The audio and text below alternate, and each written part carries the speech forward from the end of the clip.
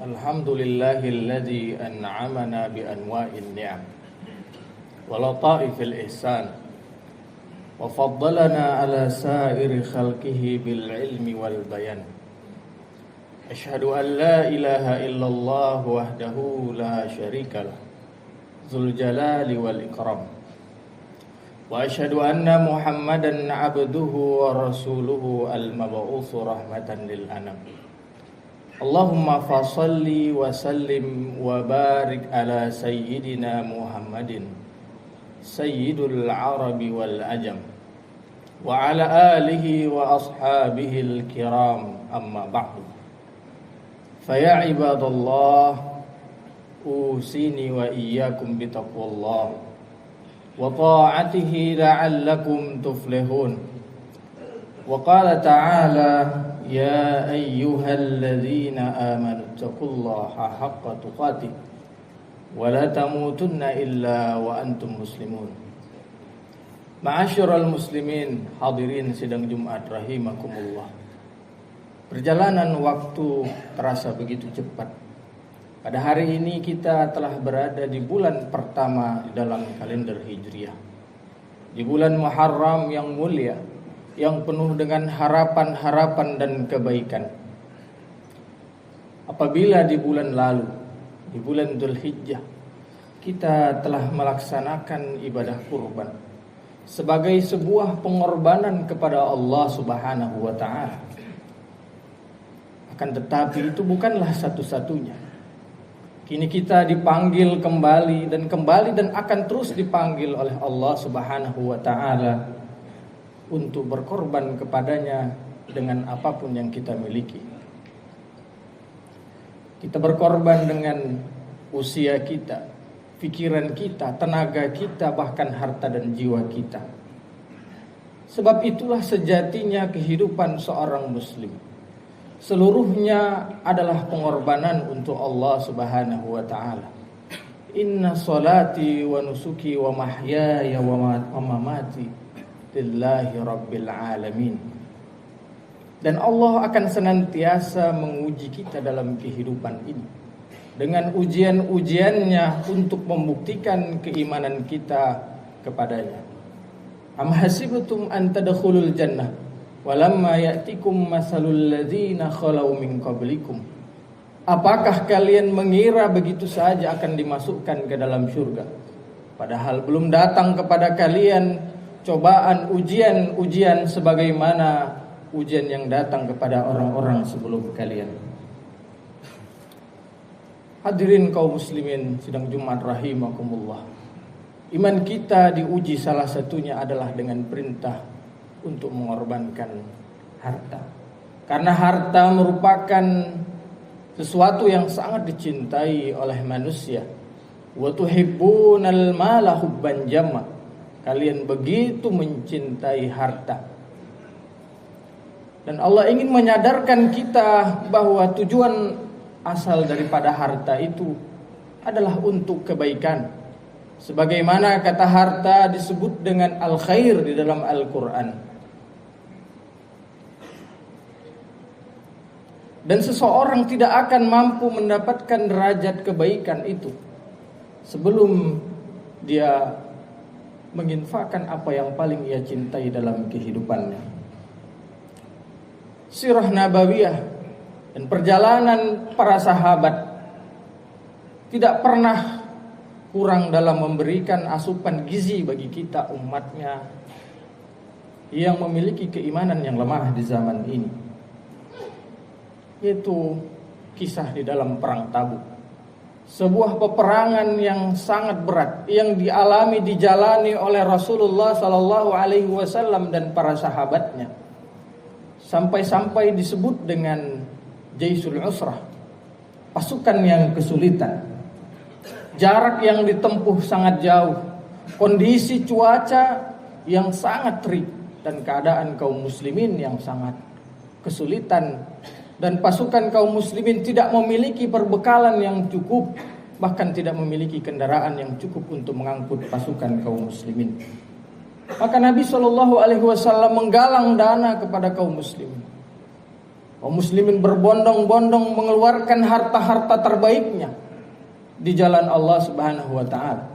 Utsman bin Affan, seorang sahabat yang mulia, konglomerat saat itu, mencukupkan sepertiga dari kebutuhan perang pada saat itu. Begitu pula Abdurrahman bin Auf dan sahabat lainnya. Maka terjadilah satu peristiwa yang sangat heroik yang sering masyhur kita dengar. Umar datang dengan membawa begitu banyak hartanya ke hadapan Rasulullah sallallahu alaihi wasallam. Lalu Rasulullah sallallahu alaihi wasallam bertanya kepada Umar, "Wahai Umar, apa yang kau tinggalkan untuk keluargamu?" Umar menjawab, "Aku meninggalkan setengah hartaku." Lalu datanglah Abu Bakar As-Siddiq radhiyallahu anhu dengan membawa lebih banyak harta daripada sebelumnya. Rasulullah bertanya, "Wahai Abu Bakar As-Siddiq, sahabatku, apa yang kau tinggalkan kepada keluargamu?" Maka Abu Bakar menjawab, "Allah dan Rasulnya." Maka Umar bin Khattab yang saat itu sedari awal merasa dirinya mampu mengalahkan Abu Bakar, seketika berkata, "Aku tidak akan pernah mampu lagi mengalahkan Abu Bakar." Begitulah kualitas keimanan para sahabat, generasi terbaik di zaman Nabi. Mereka diuji, keimanan kita diuji dengan pengorbanan terhadap harta. Belum cukup dengan kisah tersebut. Setiap orang ingin terlibat berkorban untuk Allah Subhanahu wa taala, demi menyambut perintah nabinya dan mengharapkan ridho dari Allah Subhanahu wa taala.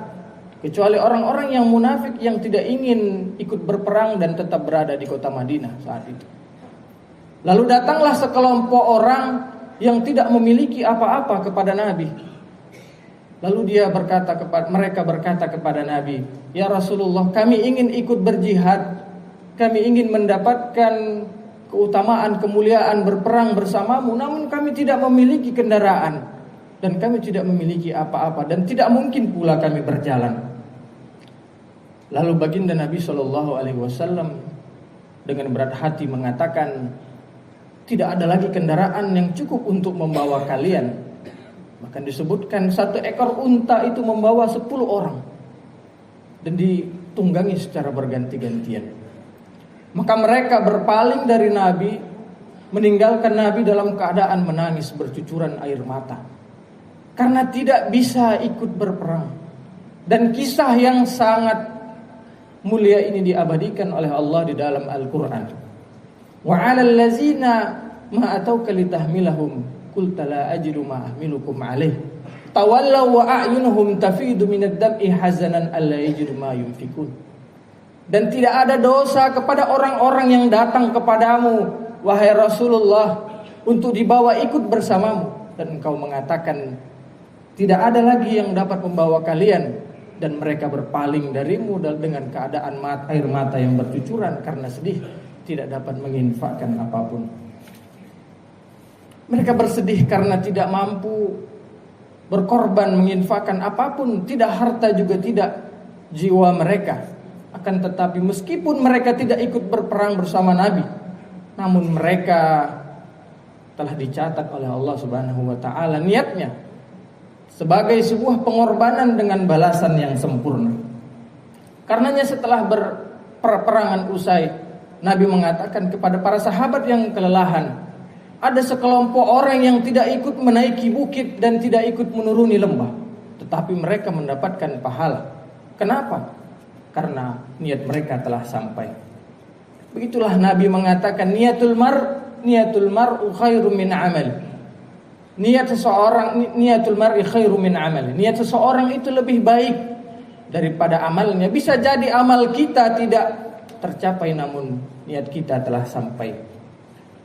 Dan niat itu merupakan sebuah pengorbanan yang juga luar biasa.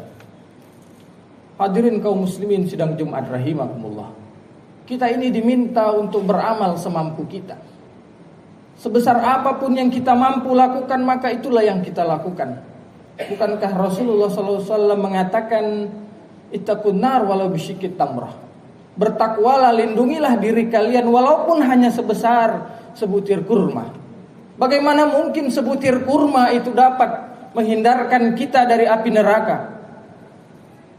Dan Kalau sebutir kurma yang kita berikan kepada seseorang dengan ikhlas dan rasa cinta itu bisa menjadi sebab Allah menjauhkan kita dari api neraka, maka bertakwalah kepada Allah walaupun hanya dengan sebutir kurma. Tetapi kalimat itu telah membuat para sahabat berlomba-lomba. Bahkan Rasulullah SAW mengatakan, barang siapa yang membangun sebuah masjid walaupun sebesar sangkar burung, maka Allah akan membangunkan rumah baginya di surga. Tidak ada masjid sebesar sangkar burung. Maksudnya adalah sekecil apapun kontribusi kita dalam kebaikan, dalam membangun masjid, maka Allah akan mencatatnya itu dengan balasan yang sempurna. Allah senantiasa menguji keimanan kita dengan pengorbanan terhadap harta. Zakat yang juga disebut dengan sedekah. Khudz min amwalihim sedekah. Ambillah dari harta-harta mereka sedekah, yang mana menurut ulama-ulama tafsir sedekah di sini maksudnya adalah zakat. Menurut Ibnul Arabi yang dikutip oleh Syekh Yusuf Al-Qardawi, sedekah dari kata sedekah sidku yang artinya benar, membenarkan hubungan antara perbuatan, ucapan dan keyakinannya. Dan hanya orang yang berimanlah yang membayarkan zakat. Karena mereka mempercayai adanya hari akhir. Fa amma man a'ta wattaqa wa saddaqa bil husna. Orang-orang yang gemar dalam memberi dan percaya terhadap balasan di hari akhir. Karenanya sedekah juga disebut dengan bukti keimanan seorang hamba. As-sadaqatu burhanun, kata Nabi sallallahu alaihi wasallam. Semoga ini dapat menjadi renungan bagi kita semua. Barakallahu li wa lakum fil Qur'anil azim wa nafa'ani wa iyyakum bima fihi minal ayati wa dzikril hakim wa taqabbalallahu minni wa minkum tilawatahu innahu huwal ghafurur rahim.